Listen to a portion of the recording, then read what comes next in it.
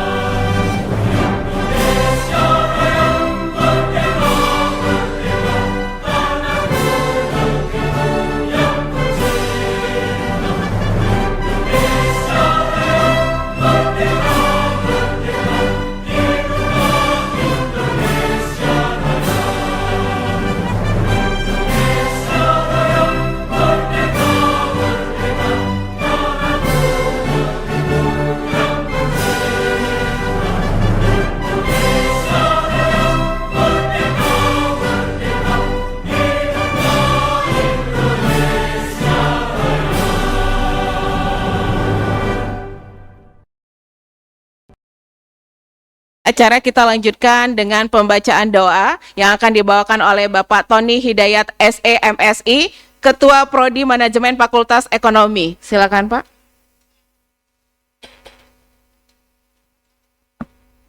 Assalamualaikum warahmatullahi wabarakatuh.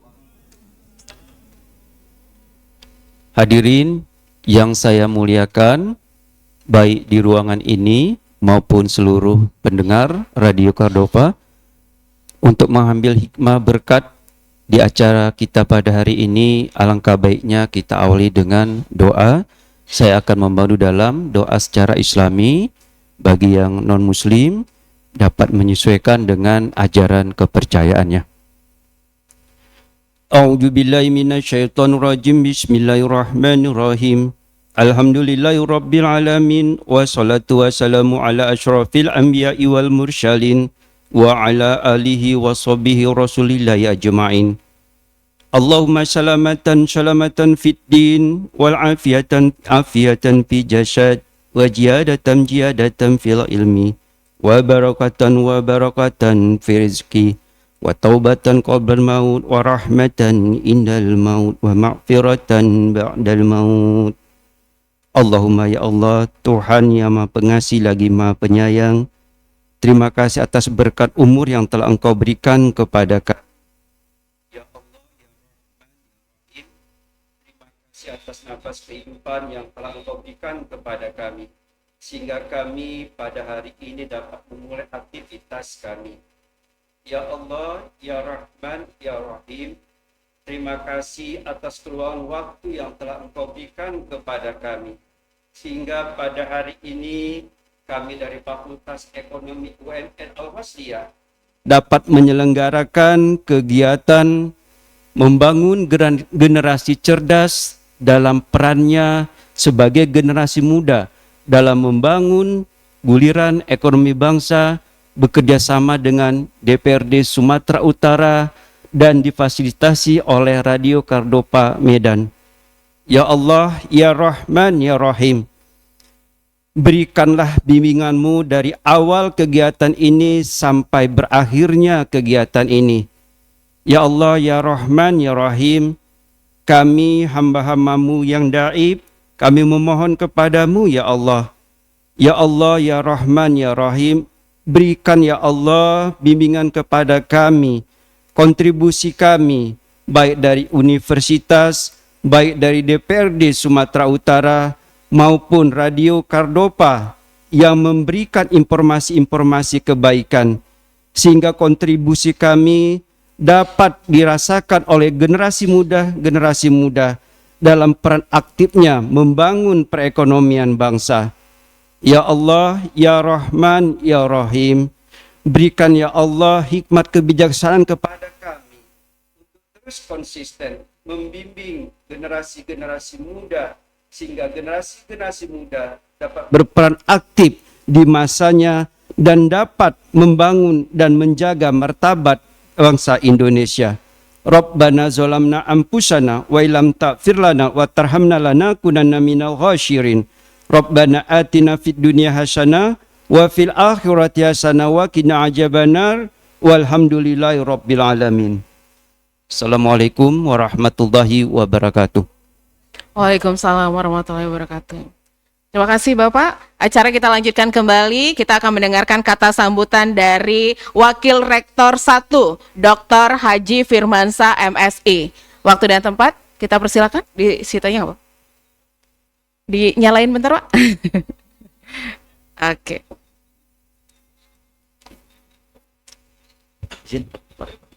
Bismillahirrahmanirrahim. Salam warahmatullahi wabarakatuh. A'udzubillahi minasyaitonirrajim. Bismillahirrahmanirrahim. Ya ayyuhallazina amanu hal adullukum ala tijaratin tunjikum min azabin alim tu'minuna billahi wa rasulihi wa tujahiduna fi sabilillah bi amwalikum wa anfusikum zalikum khairul lakum in kuntum ta'lamun. Shadaqallahul azim. Puji dan syukur kehadirat Allah Subhanahu wa taala, Tuhan Yang Maha Esa. Kita masih diberikan kesehatan, kesempatan sehingga kita bisa bersama pada pagi hari ini bersilaturahim untuk berperan di dalam kemajuan bangsa. Salawat beri salam kita sampaikan kepada junjungan kita Nabi besar Muhammad Sallallahu Alaihi Wasallam. Sapaannya sangat kita harapkan di kelak kemudian hari. Yang sama kita hormati Pak Bapak Rektor, Wakil Rektor 2, Wakil Rektor 3, yang sedianya beliau pengen sekali bersama kita pada pagi hari ini. Yang kita muliakan dan hormati utusan dari DPRD Sumut, dalam hari ini diwakili oleh Dr. Ahmad Darwis MA, tamu kami atau dari yang mewakili dari Radio Kardopa, Pak Peter bersama tim, kemudian Dekan beserta jajarannya yang ikut bersama pada pagi hari ini, terkhusus yang kami sayangi anak-anak mahasiswa dari Fakultas Ekonomi yang berhadir secara langsung saat ini maupun yang mendengarkan melalui Radio Kardopa. Itu kontribusi anak-anaknya ini nanti untuk memberikan saran dan lainnya nanti sangat diharapkan. Yang pertama, Bapak Ibu sekalian, saudara-saudara sekalian, pendengar Radio Kardopa dan yang hadir.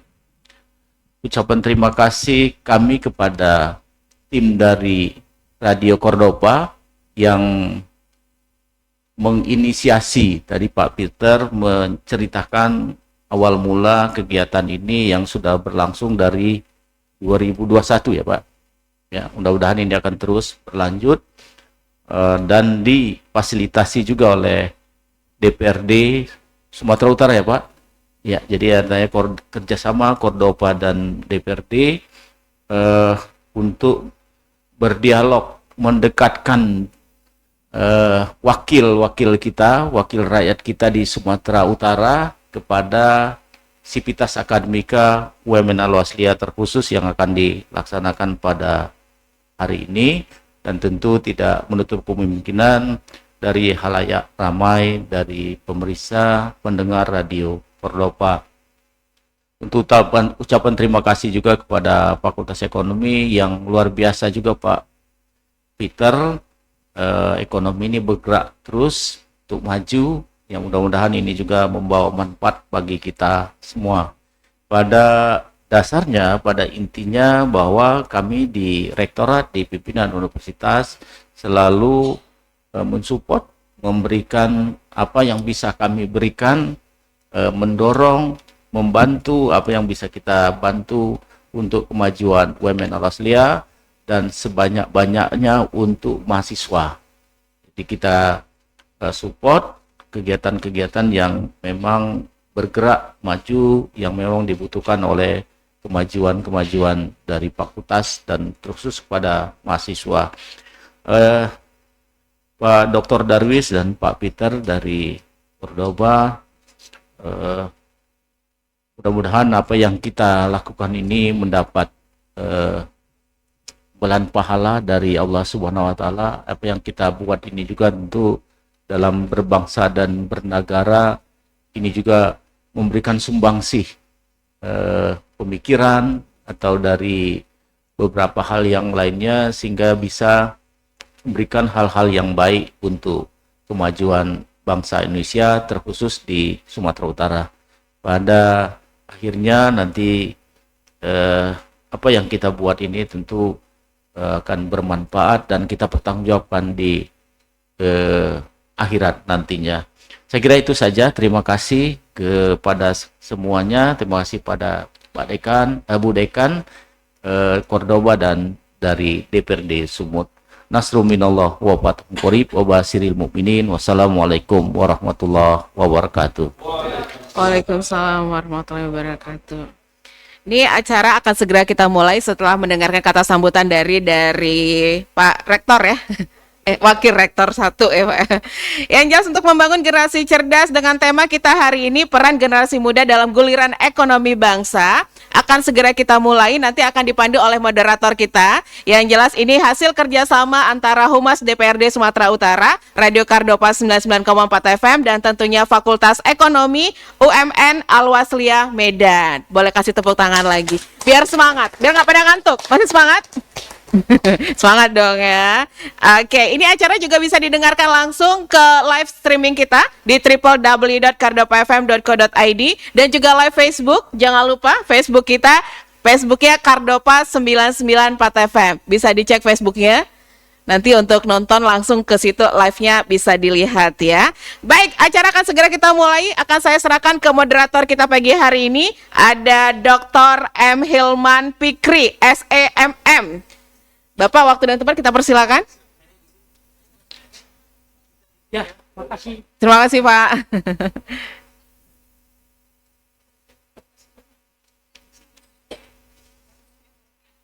Oke, ini moderator kita, kasih tepuk tangan dulu.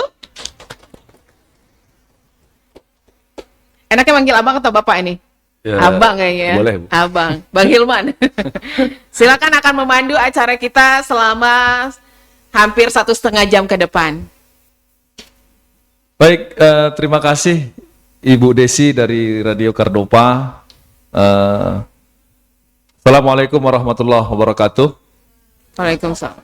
Alhamdulillah, salatan wa salaman ala rasulillah wa ala alihi wa ashabihi wa mawalah. Asyhadu an la ilaha illallah wa asyhadu anna Muhammadar Rasulullah alladzi la nabiyya ba'dah. Rabbi shrah li sadri wa yassir li amri wahlul 'uqdatam min lisani yafqahu qawli amma ba'du. Alhamdulillah, puji syukur kita panjatkan kehadirat Allah Subhanahu wa taala, Tuhan yang Maha Esa, yang masih memberikan kita kesehatan sampai dengan hari ini. Insyaallah mudah-mudahan apa yang kita lakukan ini khususnya dapat diberikan rahmat Allah sampai dengan selesai nantinya, dan hasil dari kegiatan ini nanti akan dapat meningkatkan pengetahuan kita, akan dapat memberikan manfaat bagi kita untuk menjalani kehidupan ke depan, khususnya para generasi muda, yang paling lebih khusus lagi adalah alumni-alumni dari Universitas Muslim Nusantara Al-Wasliyah. Kan begitu Bu Desi ya? Baik, perkenalkan Bapak dan Ibu serta yang hadir pada hari ini, nama saya Muhammad Ilman Fikri. Insya Allah saya yang akan memandu diskusi kita pada pagi hari ini. Kegiatan kita hari ini bertopik dengan judul adalah peran generasi muda dalam guliran ekonomi bangsa. Kegiatan kita hari ini berkat hasil kerjasama antara Humas DPRD Provinsi Sumatera Utara, Radio Kardopa Medan, dan juga pastinya Fakultas Ekonomi Universitas Muslim Nusantara Al-Wasliyah. Berikan tepuk tangan bagi kita semua. Baik, diskusi ini nantinya akan berjalan mengalir saja, saya pikir ya Bu ya. Nanti kalau ada yang mau sesi tanya jawab di pertengahan mungkin kita persilahkan juga, tapi dengan catatan kita lebih baik dapat mendengar terlebih dahulu pemaparan materi dari kedua Bapak Ibu narasumber kita. Nah, jadi sebelumnya saya akan memperkenalkan dulu kedua narasumber kita. Narasumber yang pertama adalah Bapak Dr. Ahmad Darwis. Beliau sekarang aktif di DPRD Provinsi Sumatera Utara, tepatnya komisi berapa Pak? Komisi A. Komisi A bidang apa tuh Pak? Pemerintahan. Memang tepat hari ini kita undang, dan juga alhamdulillahnya Pak Darwis ini juga dosen kita Bu di Fakultas Ekonomi. Jadi kita sangat merasa begitu bangganya hari ini ada Bapak atau rekan sejawat kita yang bertugas di levelnya provinsi. Levelnya sudah sampai level provinsi Bu. Mudah-mudahan ke depan mungkin levelnya RI. Bisa naik ya Pak? Bisa naik kan gitu, harapan kita begitu. Oke, baik. Kemudian selanjutnya narasumber yang kedua, Ibu Dekan Fakultas Ekonomi Universitas Muslim Nusantara Al-Wasliyah, Ibu Dr. Anggiasari Lubis. Saya sedikit ingin menyampaikan bahwa sampai dengan hari ini kita di Fakultas Ekonomi itu ada dua prodi ya Bu Dekan ya. Ada prodi manajemen dan ada prodi akuntansi. Dan sekarang kita di bawah kepemimpinan oleh Bu Dekan Fakultas Ekonomi. Agak sedikit kami sampaikan background pendidikan Bu Dekan ini adalah asli produk USU, S1, S2, S3 beliau dari USU, dan memang pure orang manajemen Bu. Backgroundnya manajemen, S1, S2, S3 manajemen. Kebetulan S3-nya juga bareng saya gitu. Oh. Kami selokal. Kemudian juga rekan-rekan yang lain, ada Bapak Ibu Kaprodi dan juga ada staf TU dari Fakultas Ekonomi, dan juga Ibu Wakil Dekan 1 kita. Mohon maaf, ada juga Ibu Wakil Dekan 1 kita, Bu Ratna Sari Dewi, SCMSI, kandidat doktor Bu dari Universitas Islam Negeri Sumatera Utara. Insya Allah mudah-mudahan akan selesai sebentar lagi, kita doakan bersama. Dan artinya memang kegiatan kita ini pastinya banyak ilmu-ilmu yang mungkin dapat kita resap dari kegiatan hari ini, dan mudah-mudahan bermanfaat bagi perjalanan kita ke depan. Oke, baik. Berikut yang bisa kami sampaikan tadi berkaitan dengan perkenalan kedua narasumber kita. Sebelumnya kami ingin mendengarkan pemaparan materi dari kedua narasumber kita. Kami berikan waktu sekitar berapa menit tadi Bu? Sekitar 15 menit 15 menit. Jadi masing-masing Bapak dan Ibu nanti silahkan untuk memaparkan materinya sekitar 15 menit tentang topik kita ini. Tapi memang saya ingin membuka sedikit bahwa suatu bangsa yang besar pada saat sekarang ini takkan bisa meninggalkan pemudanya. Karena kalau kita lihat Indonesia saat sekarang ini 191 juta penduduknya lebih kurang itu berusia muda. Yang paling nanti puncaknya adalah di 2045 itu semuanya sudah berusia produktif. Jadi kita 2045 itu sudah merasakan bonus demografi. Jadi memang sekarang ini kita berkejar-kejaran dengan keadaan, juga berkejar-kejaran dengan jumlah populasi penduduk kita yang semua rata-rata di usia-usia levelnya kalau dibilang sekarang itu Gen Z. Jadi memang sekarang kita berada di generasi Z. Kalau yang dulu kita, yang tahun lalu, yang sampai berusia 40 itu kita berada di eranya milenial. Kalau sekarang kita sudah berada di eranya Gen Z, generasi Z. Jadi memang sekarang mungkin kalian-kalian yang berhadir hari ini nanti di 2045 sudah berusia produktif.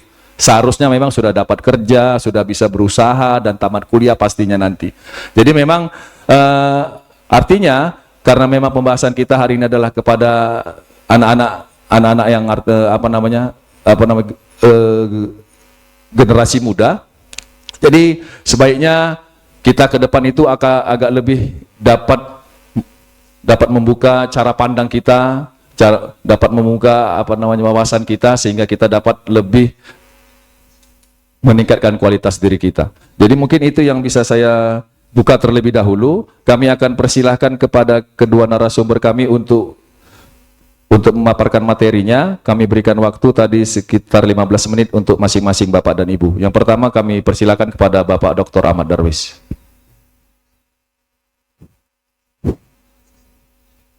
Baik, terima kasih kepada moderator Bapak Dr. Hilman Fikri, ya, dan Ibu Dekan dan rekan-rekan sekalian serta ya, adik-adik kami mahasiswa UMN Al-Wasliyah. Terima kasih atas kesempatan yang diberikan kepada saya. Ya, tema kita hari ini adalah membangun generasi cerdas. Ya, generasi cerdas dalam meningkatkan guliran ekonomi bangsa. Nah, berbicara tentang membangun generasi yang cerdas, ya, hal yang harus kita lakukan adalah bagaimana kita bisa meningkatkan skill, ya, kompetensi, ya, kepada mahasiswa. Ya, seperti yang dijelaskan oleh moderator tadi, ya, ada generasi Z. Nah, generasi Y atau milenial itu lahir di tahun 1980-an sampai tahun 2000-an. Nah, lahir. Kalau mahasiswa hari ini mungkin lahirnya di atas tahun 2000-an ya. Nah, dan tergolong kepada generasi Z. Dan dari hasil survei penelitian ternyata memang jumlah, ya, penduduk, ya, yang generasi milenial maupun generasi Z ini itu hampir 50% lebih. Ya, ini menunjukkan bahwa jumlah penduduk yang, ya, mereka tergolong generasi Y atau milenial dan generasi Z ini jumlahnya, ya, cukup besar. Nah ini artinya bahwa jumlah yang begitu besar, ya, adalah merupakan generasi Y dan Z ini adalah memiliki potensi, ya, kontribusi yang besar untuk membangun, ya, ekonomi bangsa. Dan hal yang harus dilakukan adalah, ya, meningkatkan kompetensi, skill. Dalam hal ini ada dua skill, ya, yang harus ditingkatkan. Ya, ada istilahnya, ya, skill head skill, kemudian ada soft skill. Nah, head skill ini terkait dengan kemampuan, keterampilan yang bersifat teknis yang dia bisa dilatih, ya, dilakukan, ya, dan bisa terukur. Nah, lalu yang soft skill ini terkait dengan kemampuan mahasiswa, ya, dalam hal mindsetnya, kemudian pola pikirnya, ya, termasuk emosional, ya, karakter yang dimiliki oleh, ya, mahasiswa atau generasi muda. Nah, dalam hal ini kalau kita melihat kondisi bangsa kita hari ini, yang merupakan hal yang krusial, yang penting adalah terkait dengan lapangan pekerjaan.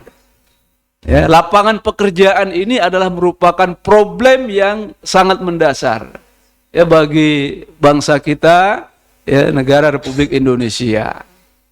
Nah, dan upaya yang bisa dilakukan untuk ya mengatasi terkait dengan lapangan kerja yang begitu sulit. Nah, hal yang bisa dilakukan adalah bagaimana agar ya bisa meningkatkan ya kompetensi mahasiswa atau para pemuda terkait dengan meningkatkan ekonomi bangsa, yaitu dengan menciptakan lapangan kerja dengan melakukan ya bisnis ya wirausaha. Nah, dan berdasarkan hasil survei ya di tahun 2020-an ternyata memang minat ya generasi muda kita hari ini itu lebih banyak ya mereka memiliki minat menjadi ya wira swasta. Ya, walaupun ya minat menjadi pegawai negeri juga besar, tetapi melihat kondisi hari ini dengan kota atau penerimaan pegawai negeri ya karyawan yang begitu singkat, yang begitu sedikit, sehingga ini kemudian menjadikan para pemuda memiliki sikap ya bagaimana untuk memiliki usaha ya, wirausaha. Nah, kemudian kalau ya kita lihat dari persoalan ya bangsa yang sangat krusial ini, maka ya upaya dalam hal membangun generasi cerdas itu adalah ya bagaimana ya generasi kita hari ini memiliki ya kemandirian. Nah, dan sikap mandiri ini juga adalah merupakan bagian dari nilai-nilai karakter. Ya, seorang pemuda yang memiliki sikap mandiri, ya berarti dia memiliki karakter yang baik. Nah, sikap mandiri ini artinya dia bisa melakukan upaya untuk meningkatkan skill dia, kemudian dia berupaya untuk memiliki ya bisnis ya atau jiwa entrepreneur ya, wirausaha. Dan wirausaha ini tentunya ya tidak ya kita pahami ya bahwa wirausaha ini harus memiliki modal yang cukup besar. Nah, apapun kondisi kita hari ini sebagai mahasiswa, dari modal yang terkecil ya kita bisa ya melakukan ya wirausaha.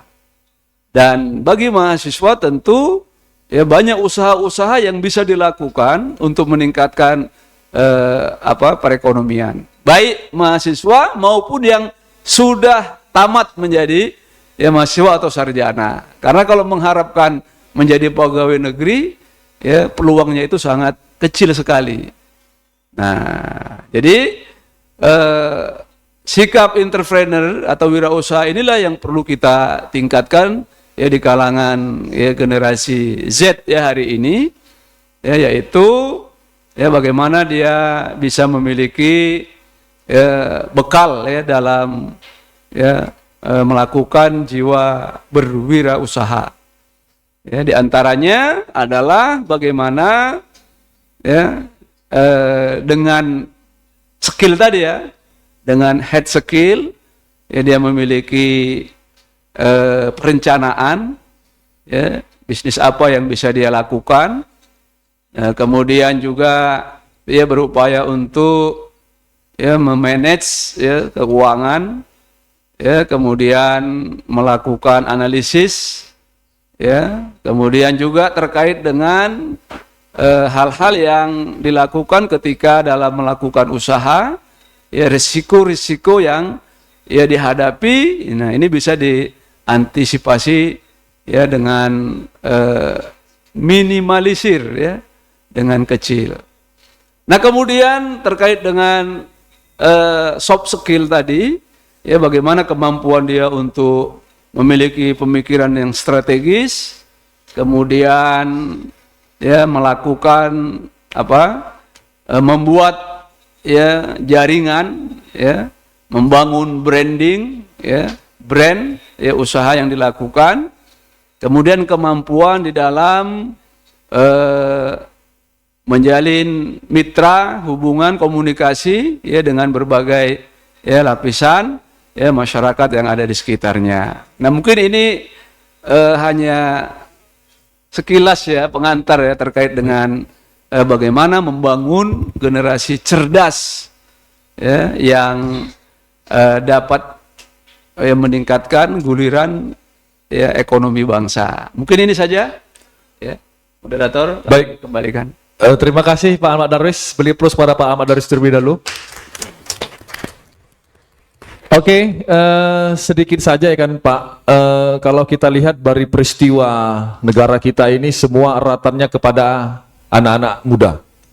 Diawali dari masa Sumpah Pemuda 1928. Kemudian yang kedua peristiwa Rengas Dengklok 16 Agustus 1945. Terakhir tahun 1998 adalah peristiwa reformasi.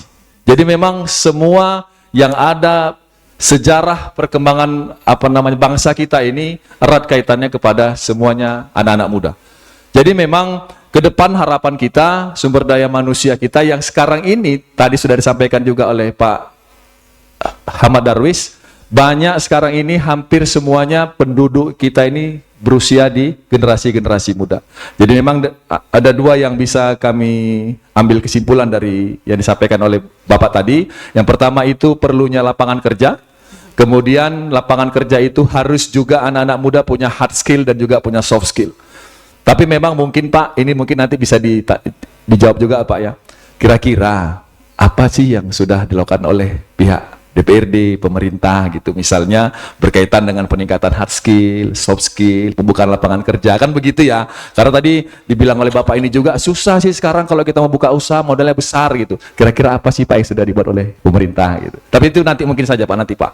Oke, baik, kami akan berikan kesempatan. Dulu ya, Bang. Iya Bu, ditahan dulu. Mungkin Bapak nanti bisa menghitung-hitung berapa anggaran yang sudah diberikan atau berapa gitu nanti ya kan. Tapi ini sekedar untuk kita tahu saja, karena kan kita syukur ada dalam artian ada kawan kita di dalam. Mungkin bisa lebih nanti terbukalah di sini. Oke, kami persilakan kepada narasumber kedua, Ibu Dekan Fakultas Ekonomi, Ibu Dr. Anggesari Lubis, kami persilakan. Baik, terima kasih. Assalamualaikum warahmatullahi wabarakatuh. Bismillahirrahmanirrahim. Ya ayyuhallazina amanu hal adulukum ala tijarotin tunjikum min azabin alim tu'minuna billahi wa rasulihi wa tujahiduna fi sabilillahi bi amwalikum wa anfusikum zalikum khairul lakum in kuntum ta'lamun. Shadaqallahul azim. Yang sama-sama kita hormati, di sini sudah hadir senator kita ya Pak ya. Ya, senator kita. Ya, Bapak Dr. Haji Ahmad Darwis SAG MA, anggota DPRD Sumut yang juga sejawat kami di Fakultas Ekonomi. Terima kasih banyak nih Pak atas kesempatan Fakultas Ekonomi untuk dapat melakukan kegiatan yang sangat bermanfaat ini, terutama kepada juga Radio Kardopa, Pak Peter dan tim yang sudah bekerja sama ya di sini, sama-sama kita menjalin komunikasi yang baik ya Pak, sehingga acara kita pada pagi hari ini dapat berjalan dengan sukses dan lancar. Dan juga kepada tim dari Fakultas Ekonomi, ada Bapak Ibu Wakil Dekan, ada Ibu Wakil Dekan 1, Ibu Ratna, Bapak Wakil Dekan 2, Pak Dr. Alistraja, yang pada saat ini mungkin langsung mendengar live-nya dari radio ya, karena terlalu cinta dengan fakultas ini, nggak bisa ditinggal nih fakultasnya. Lalu ada Bapak moderator kita, Pak Wakil Dekan 3 nih, moderator kita juga sebagai Wakil Dekan 3 di Fakultas Ekonomi yang mengurusi mahasiswa dan alumni. Lalu ada Pak Tony Hidayat, TCMSI, Pak Ustadz kita pada hari ini yang sudah membacakan doa, yang juga sebagai Kaprodi Manajemen, ada Ibu Debbie Cynthia Ovami, Kaprodi Akuntansi, dan Ibu Lisana sebagai tim tata usaha di Fakultas Ekonomi, dan yang kami sayangi, yang kami banggakan seluruh mahasiswa yang sudah hadir di ruang rapat Salim Siregar pada hari ini. Terima kasih atas keuangan waktunya, dan juga kepada mahasiswa ataupun rekan-rekan kita ataupun keluarga kita yang mendengarkan live di Kardopa 99,4 FM. Tentunya tema pada pagi hari ini sangat menarik sekali. Ini dari Pak Peter yang ngasih ini kemarin. Gimana Bu kalau temanya peran generasi muda dalam guliran ekonomi bangsa? Saya nggak banyak cerita. Oke Pak, mantap, saya bilang gitu. Ya, karena apa? Memang peningkatan ataupun pertumbuhan ekonomi di Indonesia itu sangat berperan. Ya, generasi muda kalian, ya mahasiswa generasi Z yang sudah kita dengarkan sebelumnya penjelasannya, itu memiliki peranan yang sangat penting dalam pertumbuhan ekonomi di Indonesia. Ya, saat ini kita dihadapkan pada gerakan revolusi industri yang sangat masif. Ya, kita sedang berada di revolusi industri 4.0. yang sebentar lagi kita akan menghadapi era society 5.0, ya. Nah, di mana era-era tersebut ya sangat mendewakan perkembangan teknologi digital.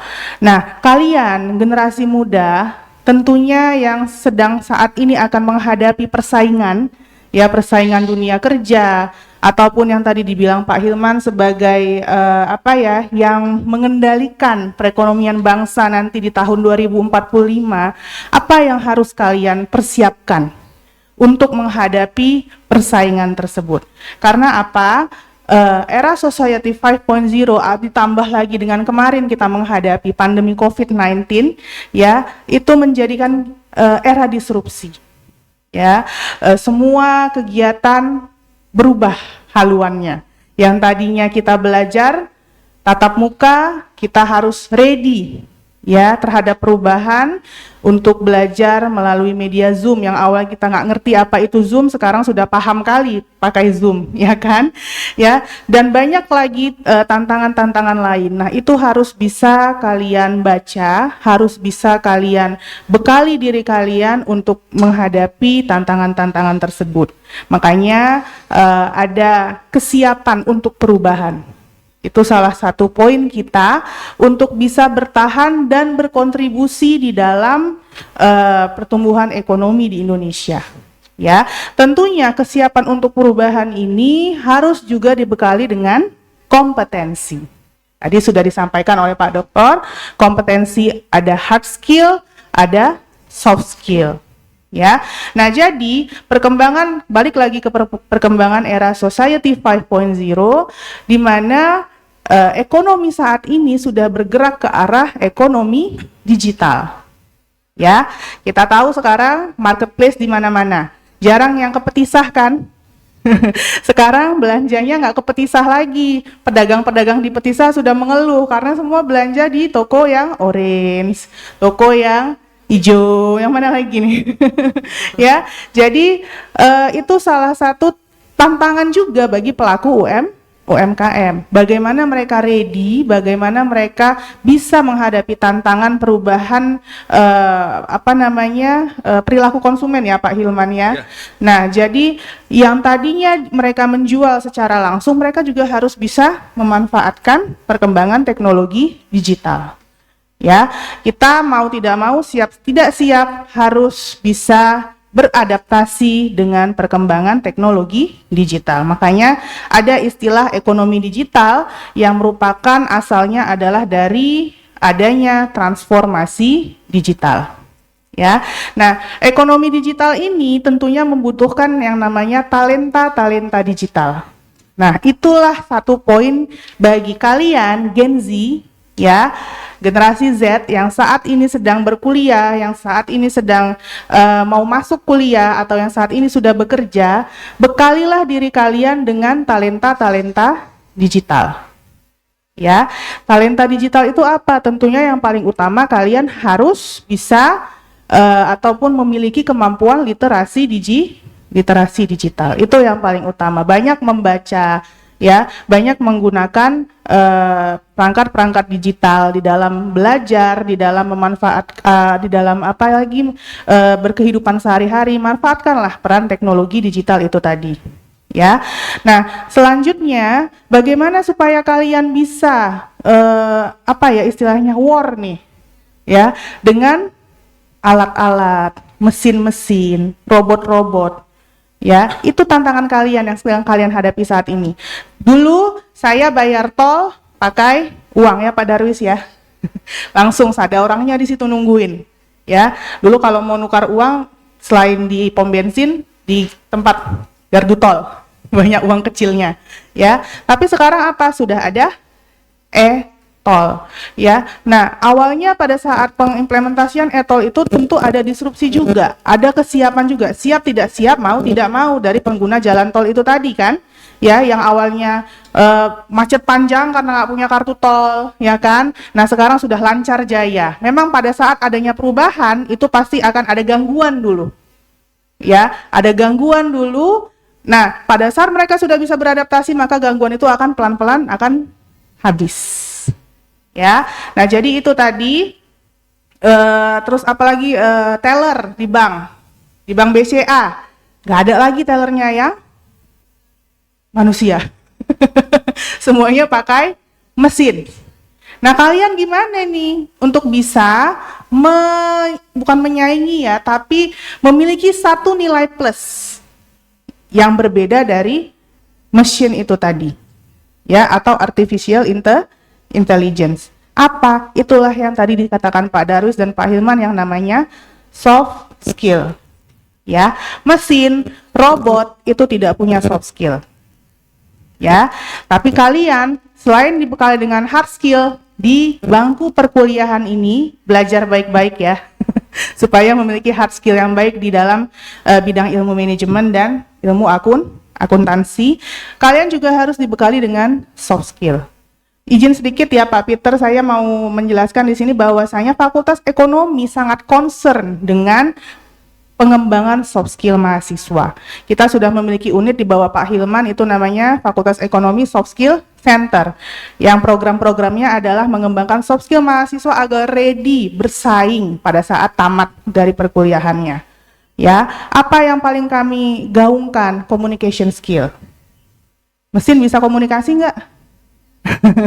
Bisa, tapi tidak ada komunikasi yang soft ya dua arah. Lalu apalagi selain communication skill, leadership, Islamic leadership. Ya, leadership secara global ada, tapi kita di sini kekhasannya adalah, keunikannya adalah Islamic leadership. Ya, lalu apalagi critical thinking. Sebagai mahasiswa kita harus berpikir secara kritis.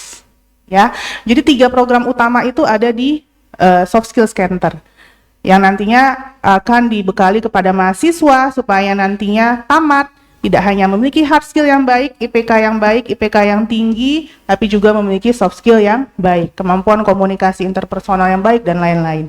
Ya, nah selanjutnya apalagi ada kompetensi 4C sekarang untuk soft skill.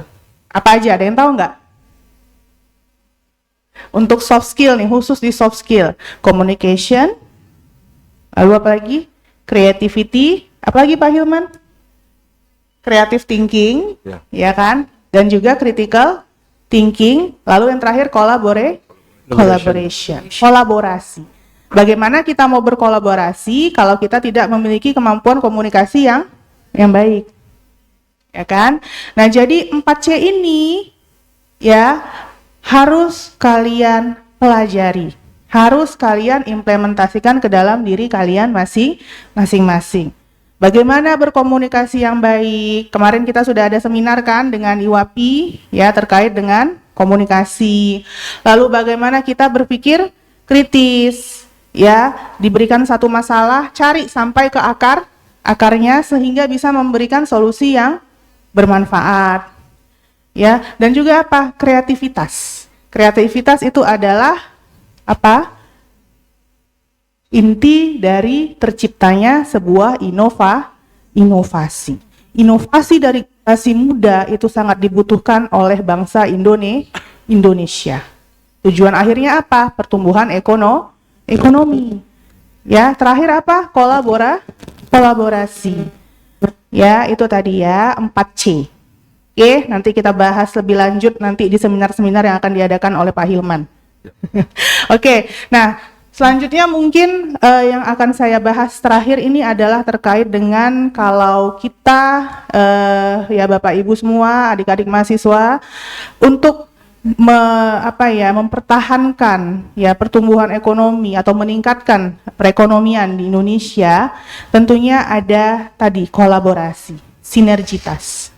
Ya, kalau kami di perguruan tinggi tentu harus bersinergi dengan pemerintah daerah. Nah, ini kita sinergi nih ya Pak ya. Salah satu bentuk sinergi yang kita lakukan dengan DPRD Sumatera Utara. Ya, lalu dengan apa lagi? Dengan dunia usaha dan dunia industri. Ya. Nah, makanya sekarang kita ada kurikulum Kampus Merdeka Belajar yang sudah diterapkan juga di Fakultas Ekonomi dengan beberapa BKP-nya ya Bu, WD 1-nya. Nah, yang BKP yang paling erat kaitannya dengan yang mempengaruhi pertumbuhan ekonomi bangsa itu adalah BKP kewirausahaan. Ya, jadi di kurikulum Kampus Merdeka Belajar ini nantinya anak-anak diberikan kesempatan untuk keluar dari kampus, bosen lihat dosennya terus, ya. Jadi dari semester 5 mereka sudah bisa keluar untuk mengikuti Kampus Merdeka, bisa pertukaran mahasiswa, ya. Kemarin alhamdulillah banyak sekali yang datang dari Sulawesi, dari Jawa, dari Sumatera sendiri ke UMN Al-Wasliyah. Kita juga mahasiswa ada yang outbound juga keluar, ya. Dan kemarin info dari Kepala Lembaga Kerjasama sudah 100 lebih yang mendaftar untuk ke UMN Al-Wasliyah, mahasiswa kampus lain, kampus luar dari seluruh Indonesia. Padahal kuota kita hanya 50 ya, hanya 50. Jadi branding kita ini sudah semakin baik di luar, ya. Selanjutnya selain pertukaran mahasiswa ada juga penelitian. Ya, penelitian. Jadi mahasiswa kami bekerja sama dengan Badan Pusat Statistik ya, dalam hal ini khusus Fakultas Ekonomi. Jadi mahasiswa bisa di sana melakukan penelitian bersama dengan pihak BPS. Selanjutnya ada magang. Ya, magang merdeka. Nah, magang ini tentunya sudah sangat awam sekali ya, mahasiswa akan magang selama 6 bulan atau 1 semester di sebuah perusahaan ya, untuk mengimplementasikan ilmu yang sudah dia peroleh di bangku perkuliahan. Jadi situ juga akan tercetak soft skill-nya. Bagaimana dia berinteraksi, bagaimana dia berkolaborasi dengan karyawan-karyawan di perusahaan tersebut. Lalu apalagi yang kita sudah praktekkan Bu Rana, kewirausahaan itu sendiri dan juga KKN tematik, membangun desa. Ya, jangan lupa membangun desa. Kalau kata Pak Raja Inal dulu apa Pak Peter, Marsipature Hutanabe. Ya, jadi kita jangan lupa asal kita. Ya, kita jangan lupa asal kita bangun desa kita. Ya, yang ada potensi wisata, ya, berikan pengetahuan kalian untuk mengembangkan desa wisata di tempat kalian. Seperti itu ya. Jadi balik lagi untuk BKP kewirausahaan seperti yang sudah disampaikan Pak Darwis tadi, entrepreneurship ya, wirausaha itu sangat penting di dalam membangun perekonomian di Indonesia karena salah satu perannya adalah mengurangi jumlah pengangguran. Nah, jadi dari kampus kalian sudah diberi pelajaran kewirausahaan, ya, ada 2 mata kuliah di ekonomi terkait dengan kewirausahaan. Kita juga ada pusat inkubator bisnis syariah di bawah Pak Hilman juga di WD 3. Ya, jadi di situ nantinya mahasiswa akan dibimbing, akan dibina yang memiliki minat kewirausahaan, ya, inkubasinya di situ. Jadi nanti mereka sudah siap berwirausaha setelah tamat kuliah ataupun pada saat berkuliah. Sangat banyak juga mahasiswa yang sudah berbisnis. Selanjutnya pemerintah juga concern untuk mengembangkan kewirausahaan muda ini, kewirausahaan mahasiswa. Terbukti dengan adanya program-program di Belmawa, ya, Kemdikbuddikti, ada di program kreativitas mahasiswa, ada untuk skim kewirausahaan, ada juga P2MW. Ya, jadi kalian yang mau berwirausaha, ya, susun proposalnya, tentunya yang memiliki nilai-nilai kebaruan, yang memiliki anggaran yang realistis, ya, tidak menutup kemungkinan kalian lulus, dan pendanaan tersebut menjadi modal awal kalian untuk berwirausaha. Jadi di situ ada kemauan, di situ ada jalan. Ya, pemerintah bantu, kampusnya bantu, tinggal mendorong motivasi kalian sendiri. Ya, itu dia tadi untuk BKP kewirausahaan, dan juga sudah banyak ya yang dari mahasiswa-mahasiswi Fakultas Ekonomi yang menjalankan BKP tersebut. Ya, jadi mereka selama 6 bulan tidak kuliah di kampus, tapi mereka berwirausaha. Nantinya hasilnya mereka membuat laporan dan akan dikonversi dengan mata kuliah pada semester tersebut. Ya, jadi jangan takut kalian ikut MBKM lama tamatnya, enggak. Ya, justru tamatnya tepat waktu dan kalian mendapat banyak pengalaman yang sangat berharga yang menempa kalian nantinya menjadi pribadi yang sukses ke depannya. Udah habis waktunya Pak Hilman? 1 menit lagi, Bu. Oh, 1 menit lagi, baiklah. Untuk menutup itu ya. Oke, nah jadi itu yang bisa saya highlight di sini. Jadilah pribadi yang siap terhadap perubahan, readiness to change, ya, yang memiliki kompetensi hard skill dan soft skill yang baik, ya. Milikilah kompetensi 4C itu tadi, ya. Dan yang terakhir adalah aktiflah di kampus untuk mengikuti kurikulum kampus Merdeka. Oke, mungkin itu saja. Terima kasih. Nasrun minallah wa fathun qarib wa basirul mu'minin. Billahi taufik wal hidayah. Assalamualaikum warahmatullahi wabarakatuh. Waalaikumsalam warahmatullahi wabarakatuh. Berikan aplaus semua untuk Bu Anggia Sari Lubis. Baik, terima kasih Bu Anggia Sari Lubis, Bu Dr. Anggia Sari Lubis atas pemaparan materi yang baru saja disampaikan.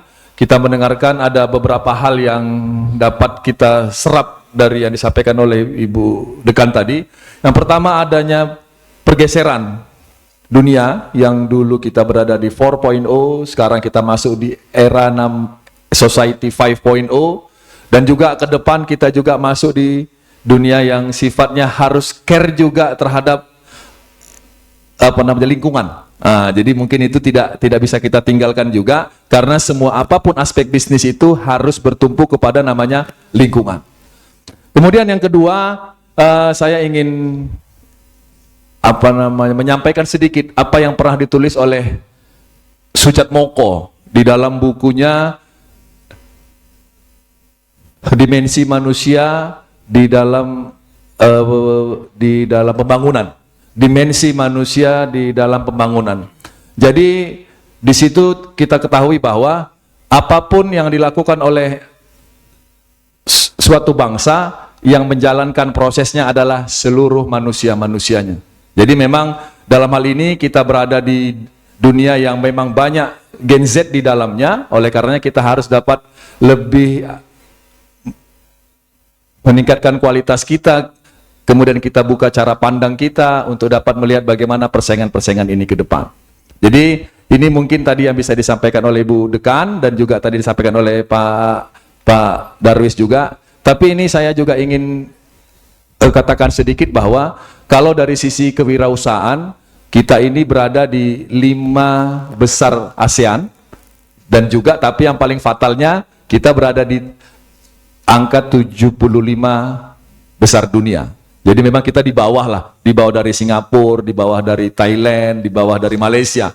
Thailand itu dia sekitar jumlah kewirausahaannya itu sekitar berapa ya? Sekitar 5% kalau nggak salah. Kalau Singapura itu dia sekitar 8%, kita masih 3,47%. Jadi memang kita masih berada di bawah. Kalau kalian pernah dengar itu kata-kata siapa namanya Donald Trump bilang, kalau bangsa mau maju harus lebih banyak jumlah wira usahanya. Jadi memang itu yang harus kita tingkatkan ke depan. Mungkin ini yang bisa kami sampaikan sebentar, Bu. Desi. Nanti mungkin ada yang mau disampaikan dari Bu Desi. Kami tutup sementara. Nanti kita akan lanjutkan ke sesi tanya jawab. Demikian kami kembalikan kepada Bu Desi. Terima kasih untuk Pak Moderator, Pak Hilman. Terima kasih Pak Darwis, Ibu Dekan, Ibu Anggia juga terima kasih. Ini jangan kemana-mana, kita akan break 3 menit untuk teman-teman mahasiswa-mahasiswa yang hadir bisa mempersiapkan pertanyaannya. Nanti kita akan masuk ke sesi tanya jawab. Nanti bisa dijawab langsung oleh Pak Darwis atau Ibu Anggia ya. Kita akan break 3 menit. Jadi jangan kemana-mana, pendengar Kardopa juga tetap aja stay tune di 99,4 FM atau juga live Facebook kita di Kardopa 994 FM dan juga live streaming kita di www.kardopafm.co.id. Kita kembali lagi setelah yang berikut ini. Stay tuned. Kardopa Radio FM. Satu untuk tetap jadi nomor 1. Talk Radio Medan. Tadi sudah ada materi yang disampaikan oleh kedua narasumber kita, sangat bagus sekali ya. Mungkin adik-adik atau teman-teman juga sudah menyerap ya tadi ya. Sekarang waktunya untuk bisa bertanya seperti yang sudah kita sampaikan secara off air tadi. Silakan untuk bertanya apa saja. Mumpung ada perwakilan kita di sini. Ada Pak Darwis dari anggota DPRD Sumatera Utara. Kebetulan Pak Darwis juga duduk di Komisi A ya. Nah, ini acara kita lanjut lagi. Kita serahkan ke Bang Hilman sebagai moderator. Baik Bu, terima kasih kepada Bu Desi. Kita kembali lagi di acara diskusi kita pada pagi hari ini. Sekali lagi kami ingin sampaikan bahwa acara kita hari ini berkat kerjasama Humas DPRD Provinsi Sumatera Utara, Radio Kardopa Medan, dan Fakultas Ekonomi UMN Al-Wasliyah. Oke, kita masuk di sesi tanya jawab. Rekan-rekan mahasiswa, kira-kira tadi sudah ada beberapa poin yang disampaikan, baik itu dari Bapak narasumber pertama dan juga Ibu Dekan kita. Mungkin bisa diambil kesimpulan dari beberapa hal itu. Intinya memang kita sebagai generasi muda selayaknya harus dapat melihat peluang-peluang yang terbaik untuk meningkatkan kualitas potensi kita. Mungkin ini yang bisa kami simpulkan sedikit. Ada yang ingin bertanya berkaitan dengan yang disampaikan oleh Bapak dan Ibu tadi? Silakan. Silakan. Sebutkan namanya, dari jurusan apa, semester berapa, rumahnya di mana. Gak usah kalah. Ya sampai pakai rumah. Lengkap sekali itu nanti Bang. Silakan. Yang ini yang bawa. Yang depannya. Tengah-tengah. Udah yang depan udah. Belum, kurang ini. Udah hidup. Yang ini yang harus merah deh. Belum. Lagi. Baterai. Belum. Belakang itu, Pak. Coba pakai rocker. Baterai. Kayaknya ya. Habis. Ganti. Baru. Oke, ini aja. Bentar yang ini aja. Udah.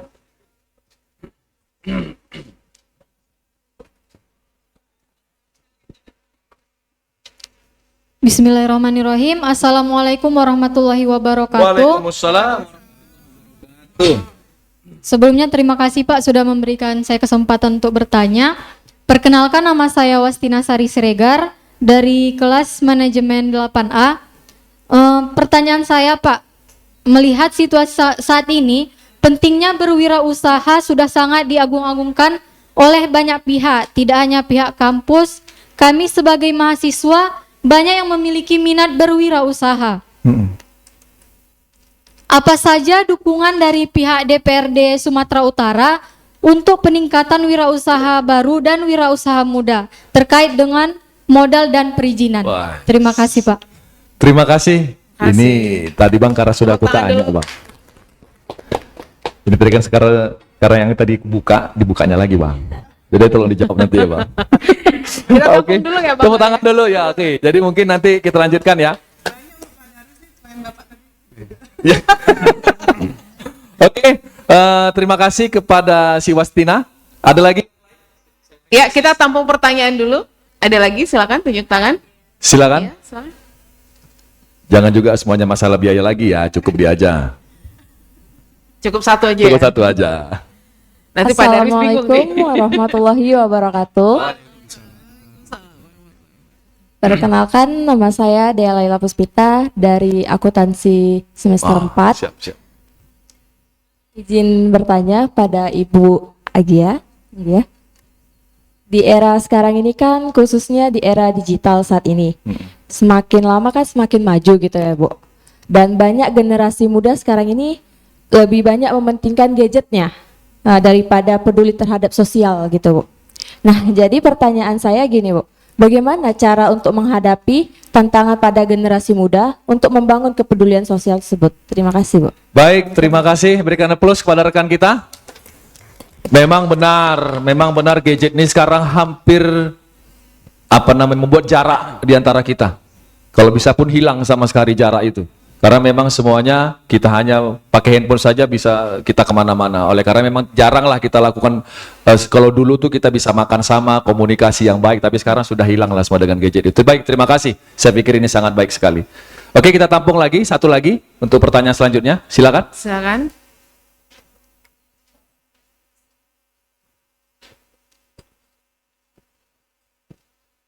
Assalamualaikum warahmatullahi wabarakatuh. Waalaikumsalam warahmatullahi wabarakatuh. Perkenalkan, nama saya Asni Septiana dari Prodi Akuntansi dari semester 4. Pertanyaan saya, Pak, bagaimana generasi muda dapat bekerja sama dengan generasi yang lebih tua dalam memanfaatkan pengalaman mereka sambil menyediakan pemikiran segar dan perspektif baru dalam menciptakan solusi yang inovatif untuk mengatasi masalah lingkungan yang mempengaruhi pertumbuhan ekonomi, seperti ketidakstabilan politik, Pak. Oke. Terima kasih. Baik, terima kasih. Berikan aplaus kepada rekan kita.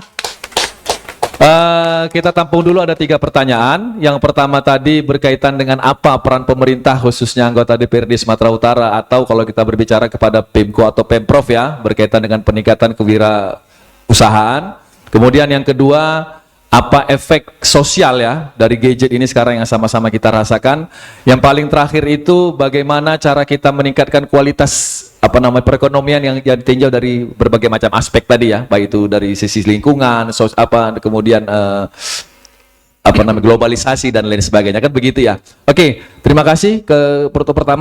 Jawaban pertama kami persilakan kepada Pak Ahmad Darwis. Baik ya, terima kasih. Pertanyaan dari siapa tadi? Wastina Siregar ya. Terkait dengan bagaimana ya keinginan mahasiswa yang punya minat wirausaha tetapi ya tidak mendapatkan dukungan ya mungkin ya terkait dengan modal, ya perizinan dan lain sebagainya. Jadi bagaimana peran pemerintah atau DPRD ya Sumatera Utara. Nah, baik ya, jadi sebenarnya kalau kita lihat ya peran pemerintah ya, perannya itu bagaimana pemerintah itu hadir bisa menyelesaikan solusi terhadap ya kehidupan masyarakat yang ada di daerah. Itu perannya, memberikan kesejahteraan kepada warga masyarakat yang di daerahnya. Dan terkhusus peran anggota DPRD Sumut ya ada 3 ya peran, tugas dan fungsinya. Pertama, legislasi, membuat aturan undang-undang ya peraturan daerah. Yang kedua, berperan yaitu melakukan budgeting ya, membuat anggaran. Dan yang ketiga adalah melakukan pengawasan ya, kontrol terhadap program-program kegiatan yang dilakukan oleh ya pemerintah ya, dalam hal ini kepala daerah. Nah, jadi bagaimana upaya yang harus dilakukan? Ya, kita anggota DPRD kita sering ya mendengarkan keluhan ya, saran, masukan, karena kita ya sering melakukan kegiatan reses ya, menyerap aspirasi ya, tidak hanya terkait masalah ekonomi, lapangan kerja, tapi terkait ya semua urusan yang dihadapi oleh masyarakat ya, khususnya di daerah Provinsi Sumatera Utara. Nah, jadi kita ya mendorong ya pemerintah agar ya pemerintah harus ya memperhatikan ya, karena kehadiran pemerintah ya apa namanya? Kalau di daerah, kepala daerah ya, pemerintah daerah. Nah, itu harus memperhatikan ya kondisi masyarakatnya. Kemudian kita di Sumatera Utara memang yang saya ketahui ya, upaya yang dilakukan ya terkait peningkatan ekonomi atau menciptakan wirausaha itu ya sekarang sudah dilakukan, yaitu dengan melakukan pelatihan UMKM. Nah, UMKM. Nah, bagaimana memiliki usaha, kemudian produk yang ingin dilakukan apa saja, juga terkait dengan bagaimana ya, melakukan membuat izin ya usaha dan lain sebagainya, itu sudah ya dilakukan. Tapi terkait dengan kucuran dana, nah ini yang belum ya kita lihat ya secara ya maksimal ya yang sudah dilakukan. Nah, jadi artinya kita sebagai mahasiswa itulah tadi ya. Kalau kita terlalu berharap ya menunggu, harus ada modal, harus ada dukungan kucuran dana dan lain sebagainya, maka sampai kapanpun kita tidak akan memulai usaha. Jadi sikap mental ya menjadi wirausaha itu mesti harus dimiliki ya, tanpa kita harus menunggu nantilah kalau sudah dapat modal atau kalau sudah kaya ya kan. Nah, bahkan Imam Syahid Hasan Al-Banna itu beliau mengatakan, hendaklah kamu berniaga, berwirausaha walaupun kamu sudah kaya. Nah, jadi artinya wirausaha itu ya tidak hanya ketika kita miskin harus kita usaha, kaya pun kita harus berusaha.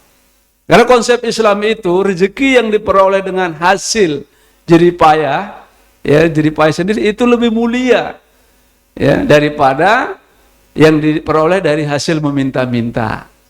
Ya hadis Nabi, al-yadul ulya khairum min al-yadus supla. Tangan di atas itu lebih baik daripada tangan yang di bawah. Kayak mana pula nanti kalau tangannya di bawah terus ya kan. Nah, minta ya kan. Nah, itu istilah sekarang tumin. Ya Pak Tumin ya, tukang minta. Tukang minta-minta. Nah, inilah ya konsep ya Islam, bagaimana kita bisa memiliki jiwa wirausaha, entrepreneur. Nah, kalau untuk mahasiswa sebenarnya banyak hal-hal yang bisa dilakukan ya tanpa mengganggu aktivitas perkuliahan. Ya bisa ya buka privat les, ya bimbingan bimbingan belajar ya, kalau nggak bisa anak SMA, anak SD pun jadi ya kan. Betul. Dapatan itu. Nah, kemudian dengan kemampuan generasi Y dan Z ya dengan ya, digital tadi itu kan bisa dibuat ya melalui Instagram, ya Facebook fanpage itu kan. Nah, kan itu sebagai upaya sarana untuk mempromosikan. Nah, buat di rumah misalnya kan, bimbingan belajar. Ya kan? Untuk bidang studi yang diminati dan lain sebagainya. Nah, itu kan tidak mengganggu. Justru ini akan menambah ya mahasiswa itu semakin cerdas dia.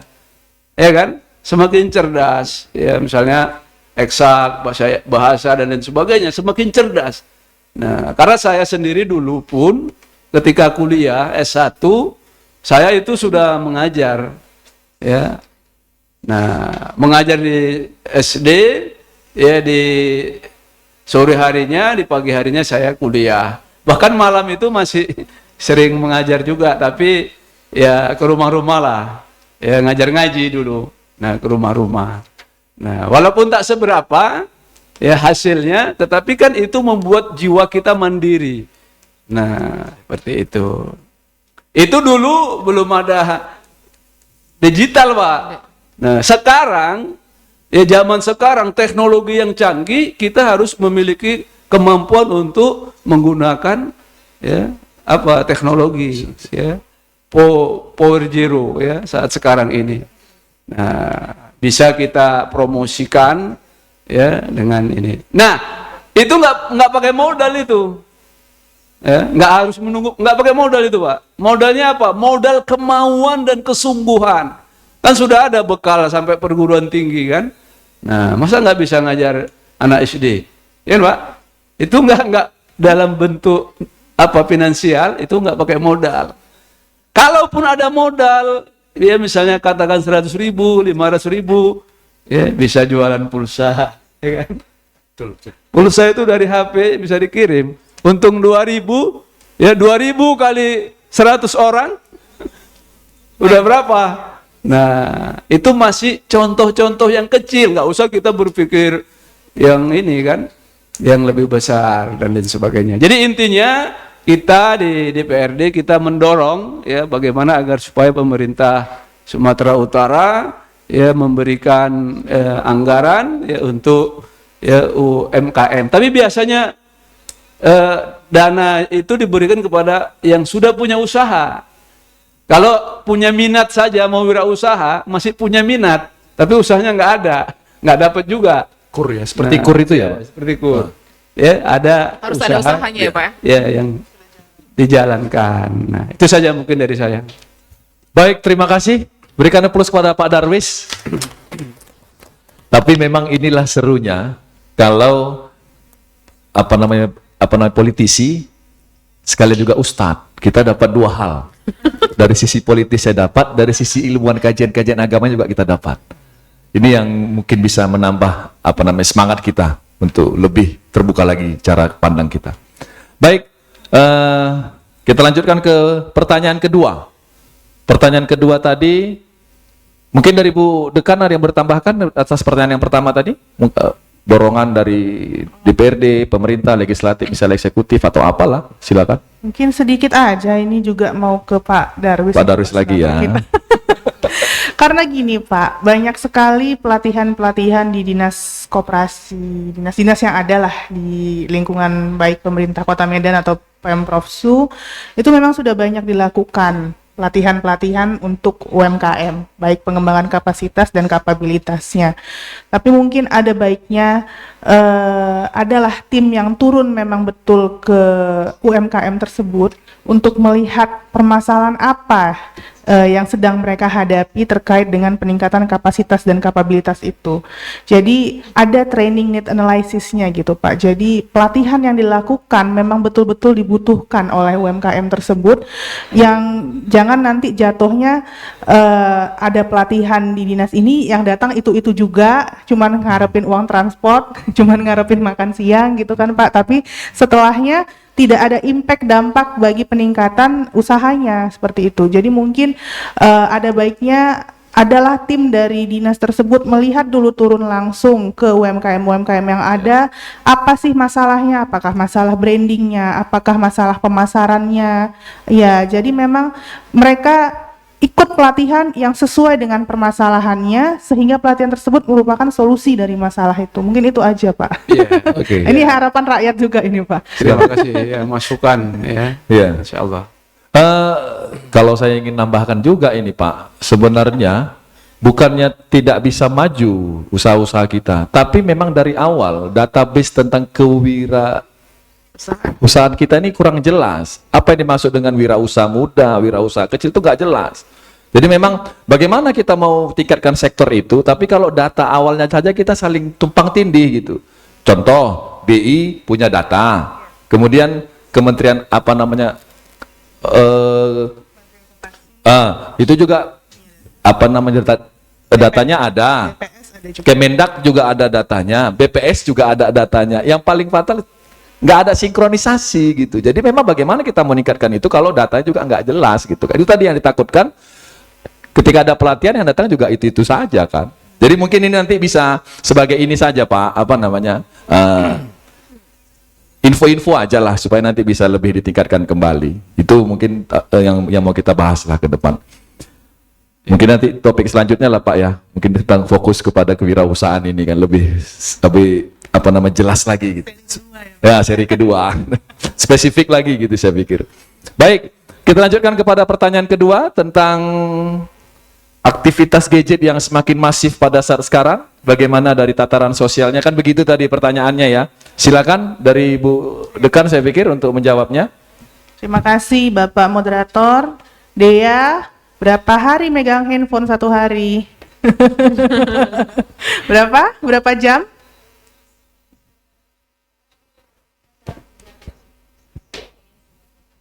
Hmm. 8 jam lebih, dipanggil orang tua untuk ini pun nggak denger lagi ya. Drakor. Nonton drakor.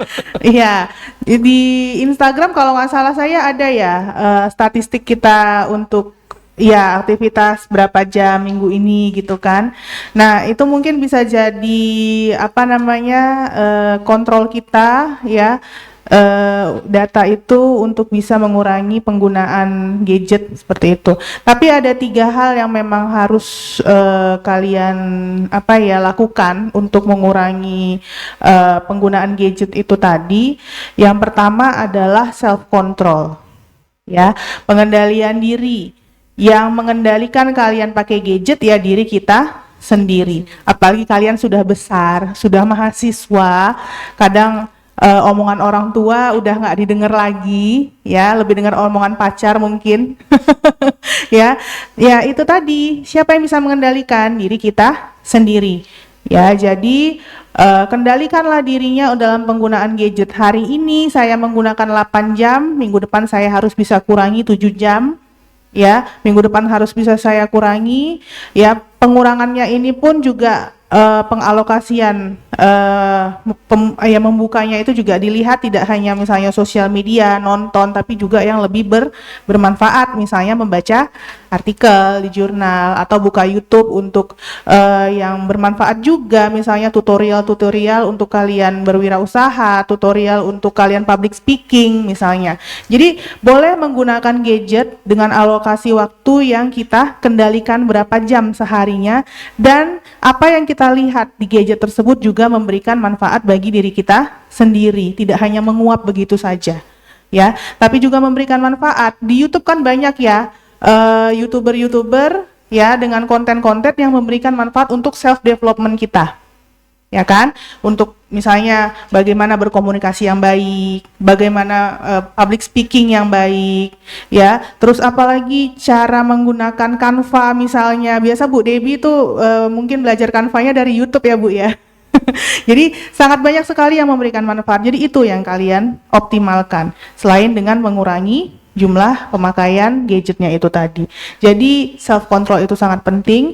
Lalu kalian sebagai mahasiswa juga harus memiliki planning dan targeting, ya. Plan kalian, perencanaan kalian ke depannya seperti apa. Makanya ada resolusi setiap tahun kan, buat nggak? Resolusi awal tahun, ya. Harusnya kalian membuat resolusi awal tahun, ada timetable-nya. Bulan Januari, Februari sampai Desember. Januari apa pencapaian saya, Februari apa pencapaian saya, target saya, ya, sampai Desember apa target saya. Ya, jadi terkontrol dia. Ya, jadi kalau kalian buat resolusi, tentu kalian ada target ke depannya. Resolusi itu perencanaannya, target ke depannya apa? Ya, jadi hidup kalian itu terarah. Ya, jadi tidak hanya menggunakan gadget untuk yang tidak penting, seperti itu, ya. Jadi self control, planning, dan targeting, itu 3 kunci utamanya. Gimana Dea? Oke, terima kasih. Baik, terima kasih kepada Bu Dekan. Berikan aplaus kepada Bu Dekan. Ada 3 hal yang disampaikan beliau, dari keywordnya adalah STP. Kalau dulu STP itu apa yang pertama? Yang pertama apa namanya? Targeting. Kalau yang pertama nama segmentasi. Yang kedua targeting. Yang ketiga positioning. Kalau sekarang beda lagi. Yang pertama tadi apa? Self control. Targetnya tetap. Kemudian yang ketiga planning. Jadi mungkin ada perubahan sedikit, tapi memang sama-sama singkatannya untuk meningkatkan kualitas pribadi. Bisa kita jadi kan gitu. novelty itu ya Pak? Bisa. Novelty penelitian baru, STP. Oke, terima kasih kepada Bu Dekan. Tambah satu lagi Bu, puasa gadget. Puasa gadget ya. Gadget. Iya, Jangan betul. puasa Ramadan aja ya, puasa gadget. Jalani.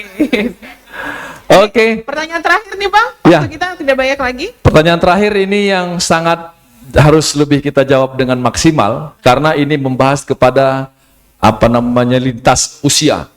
Jadi apa yang harus dilakukan oleh kalian-kalian yang muda terhadap yang sudah di atas, ya kan begitu tadi ya.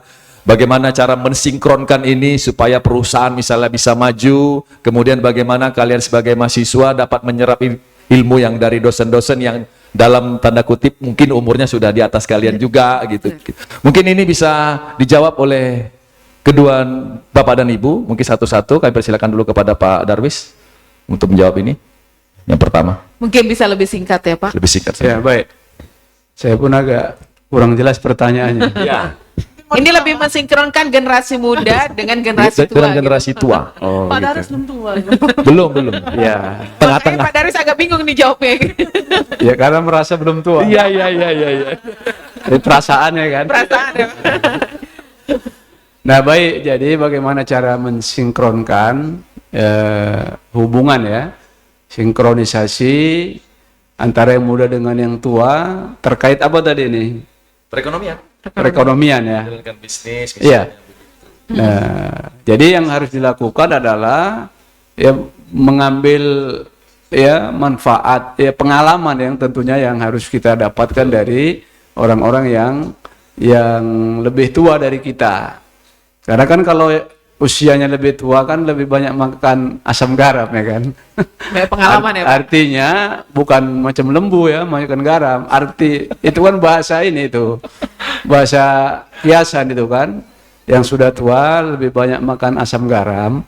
Maksudnya susah, senang, bahagia, semua pengalaman-pengalaman kehidupan itu sudah banyak dia rasakan. Nah, jadi artinya belajar dari pengalaman, karena pengalaman kan guru yang paling baik, ya kan? Karena sudah tua, sudah banyak yang dia jalani kehidupan ini. Nah, jadi ya yang dilakukan yaitu dengan menimba ilmu pengetahuan, ya menimba ya berbagai pengalaman-pengalaman yang sudah dilakukan terkait dengan usaha ya entrepreneur. Nah, maka ya kita harus bergaul dengan orang yang memiliki usaha. Kalau kita mau sukses, bergaul dengan orang sukses. Nah, orang yang sukses itu jatuh bangun itu lebih banyak jatuhnya daripada bangunnya. Nah, jangan dikira kalau orang yang sukses itu, ya, istilah orang Jawa kucuk-kucuk katanya, langsung dia ini. Tapi banyak perjuangan yang dia lakukan sehingga sampai ya dia menjadi orang sukses. Nah, kalau ya pengalaman pribadi, saya dulu pernah usaha kuliner kurang lebih 10 tahun. Ya, kebetulan istri saya kan dari Solo itu kan. Bakso Sabar Menanti khas Solo. Nah, itu kita buat. Itu brandingnya, tapi menunya itu ya banyak. Ya, semua jus, gorengan, nasi goreng, apa semua kan.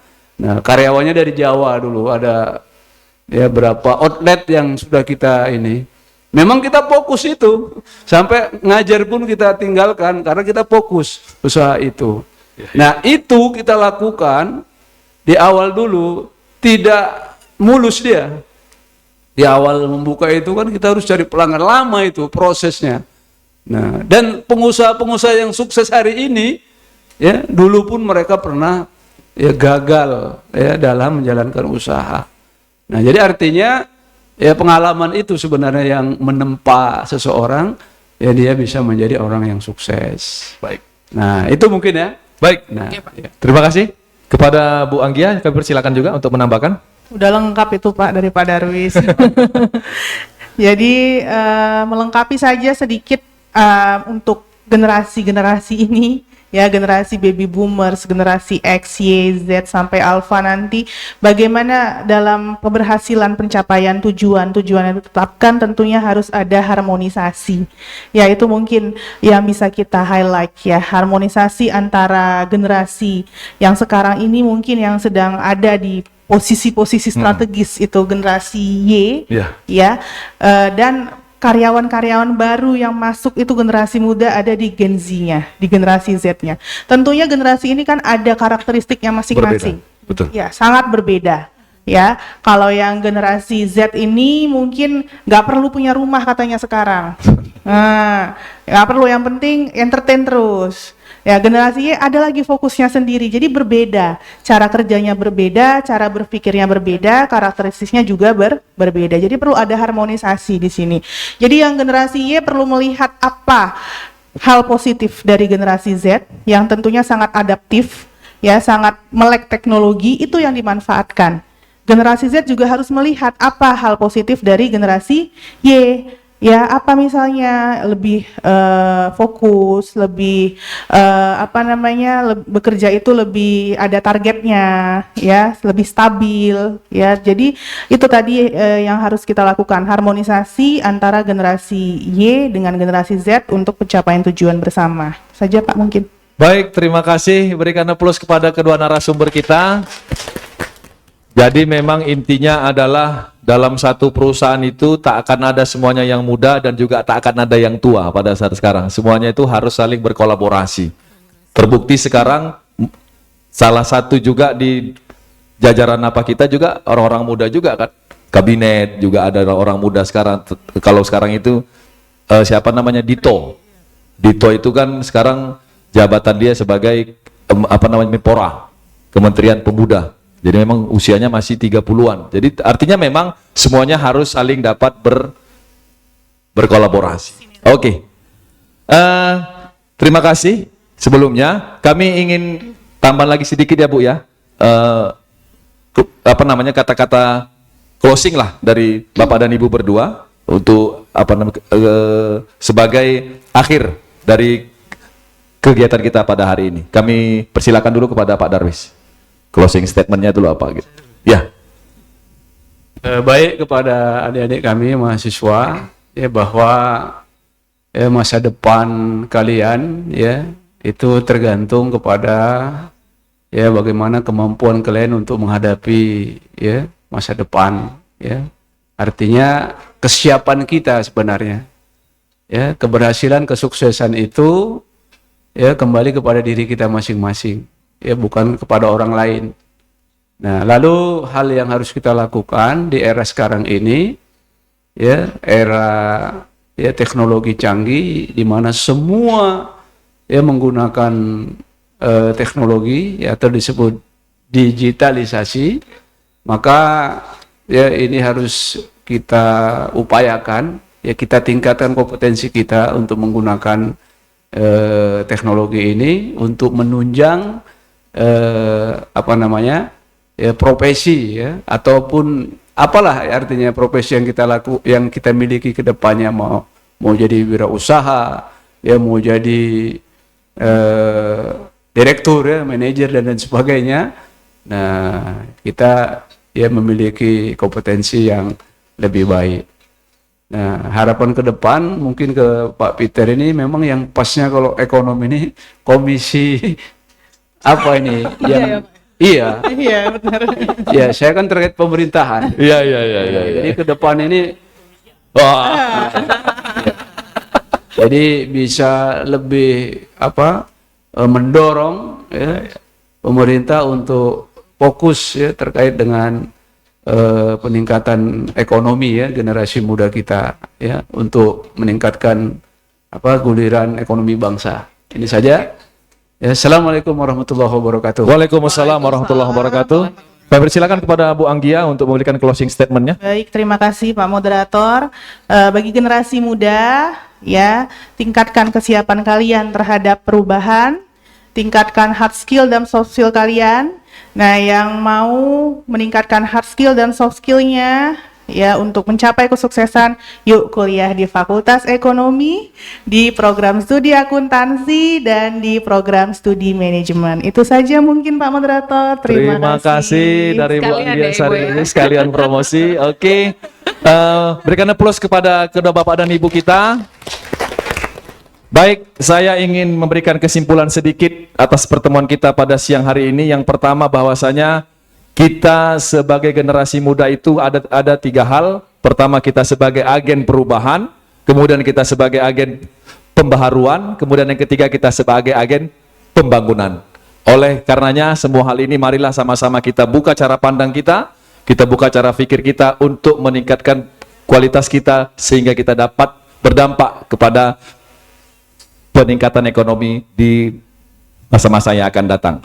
Kalau kemarin kita pernah dengar bahwasanya ada satu kalimat itu, kekayaan yang terbesar oleh suatu negara adalah sumber daya manusianya, bukan kekayaannya, bukan sumber daya alamnya. Jadi artinya memang kitalah semuanya yang akan menjalankan roda-roda ini ke depan.